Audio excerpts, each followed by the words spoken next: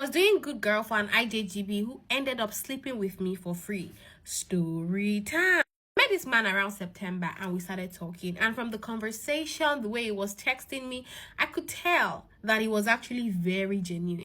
He kept telling me that I was too smart for me to be working in Nigeria and it could help me get a better opportunity in the country where he resides.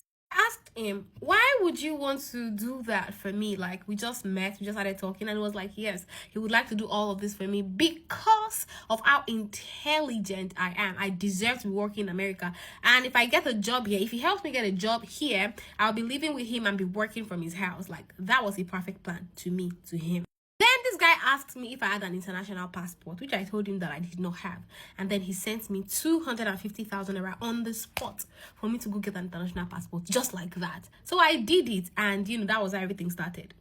Anytime we had a conversation, traveling was always part of the conversation. He would tell me to research different countries that I could search and like I could travel to. In fact, USA was top on the list. Then he would tell me that I can try Singapore, I can try Canada, I can try the UK. All of this, I felt like, okay, this man was just trying to help me explore different opportunities to see wherever I would, head to. I did not know that this man was trying to manipulate and confuse me. But while all this was going on, this man did not tell me that he was actually married. I actually searched him on Facebook.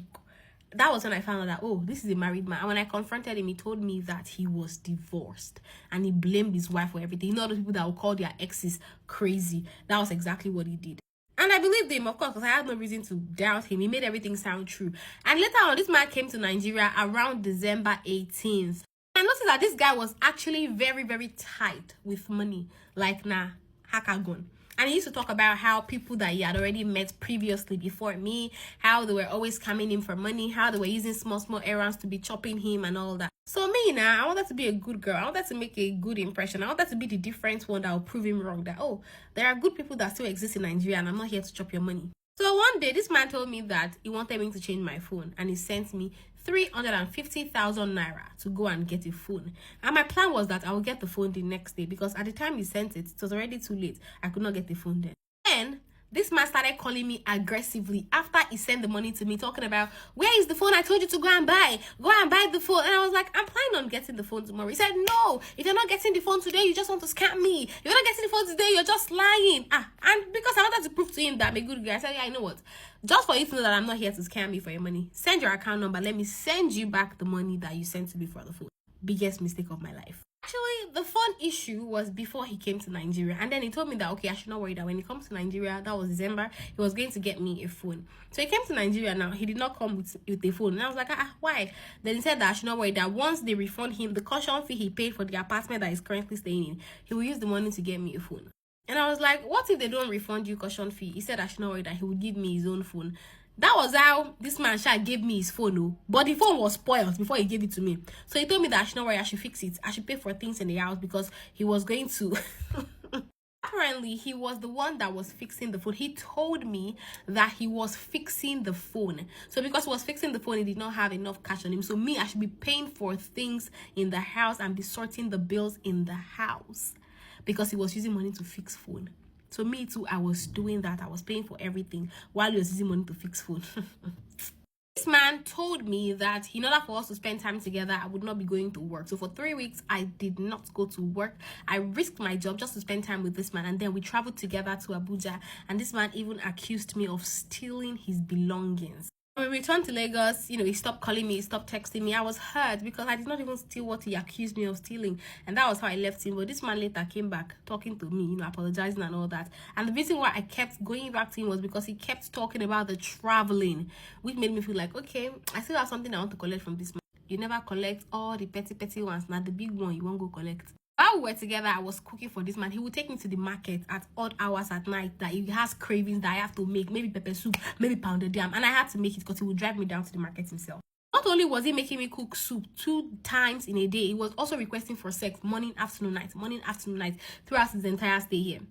You are just not a smart person at all. But this man that was disturbing me for sex morning, afternoon, night was taking some things for him to get an erection because without those things, no action for him.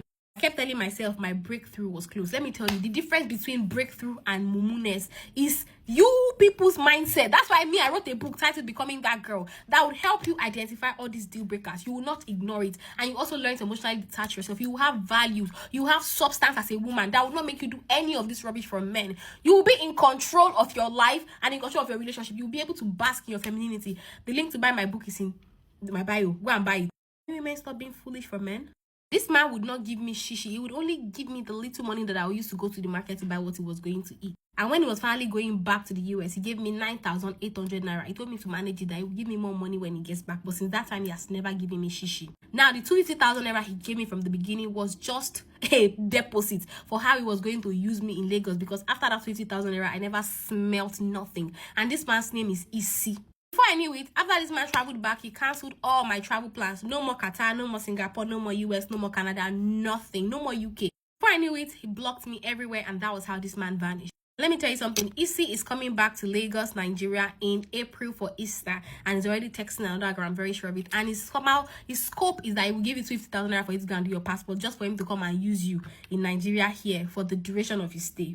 Finally learned that being a good girl is not a good thing. Please tell the girls to be careful. Issy is coming back for another girl.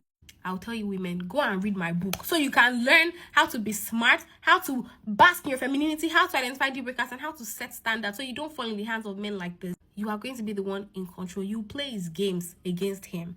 Click link in my bio to go and buy the book now. Share your stories with me. Send an email to me at talktoperona@gmail.com.